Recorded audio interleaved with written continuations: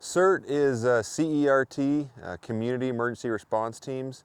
Basically, it's community members that receive training in order to help out in large-scale disasters. You know, in any large-scale event, you'll have a group of people that want to help out.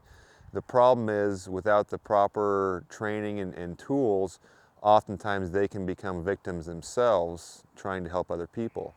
So what we want to do is, the people that are going to help out anyways, we give them tools and training to keep them safe and to be effective rescuers.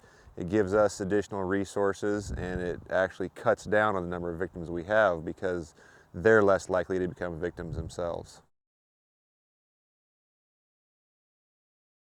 Anyone can join the CERT team. What we're looking for is persons who have an interest and a desire to help other persons in the community. We can use anybody on the CERT team, and we will find a role for you. Anyone can join. It's ability oriented. We have trained people from teens up to seniors. You know, we'll use someone's strengths, and if they have an area that they aren't comfortable with, then we won't put them in that position. I think just the sense of community and wanting to work with other community members is the main thing that you need to have. Wherever I can find the expertise and the people who are willing to teach, we have people that seem to be willing to take the classes. These individuals are trained to go out there to operate independently, but in coordination with emergency responders and providing those very important tasks which need to be done during any type of emergency. We do these exercises once or twice a year, and in the past it's just been the CERT teams involved.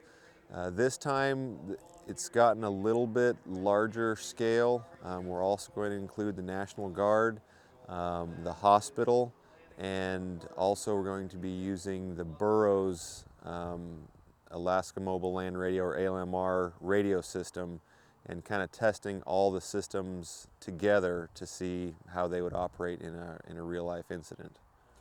They'll be practicing their communications, organizing as a group and communicating within the incident command system, something they're also trained on. They'll be practicing their search and rescue techniques of buildings, also of outlying areas. We're incorporating GPS searches this time, which is something new for the group.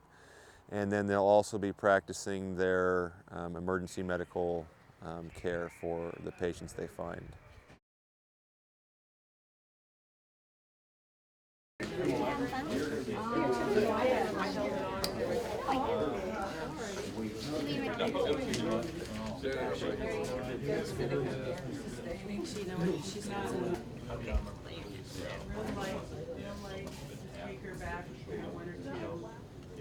It's kind of like wax, yeah, but it dries like hard. The boat is down the beach, so you'll come. Nice.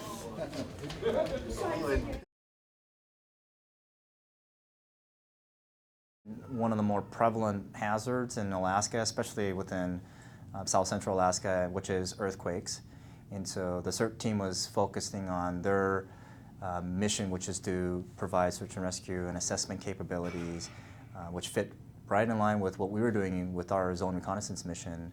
The Guard is a state asset which is available to any type of responders, and definitely you have to go through the official channels to get the Guard, but realistically, absolutely, the Guard and the CERT team would work together during a natural disaster or some sort of catastrophic disaster were that to occur.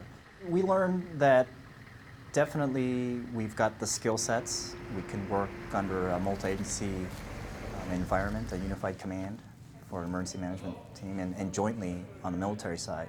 I think that was definitely displayed. I mean, we bring certain elements to managing the incident, just like the fire department, just like the police department, just like the healthcare, just like additional volunteers like the Red Cross would bring to managing the incident. That's a good copy. Go ahead and link up with the CERT team. Good news is we learned a whole bunch. The more partners you have, the better. Yeah. A lot of the maneuvers that we do in the battlefield overseas doesn't necessarily translate well into the civilian side. So we're going to go back and try to fix that. We've never worked with a guard before, and that was an opportunity. They had a different point of view, different take on things. It's good to work with somebody who's not doing the same thing as you are or thinking about rank. They're thinking of you as a responder. An exercise is very labor intensive and resource intensive.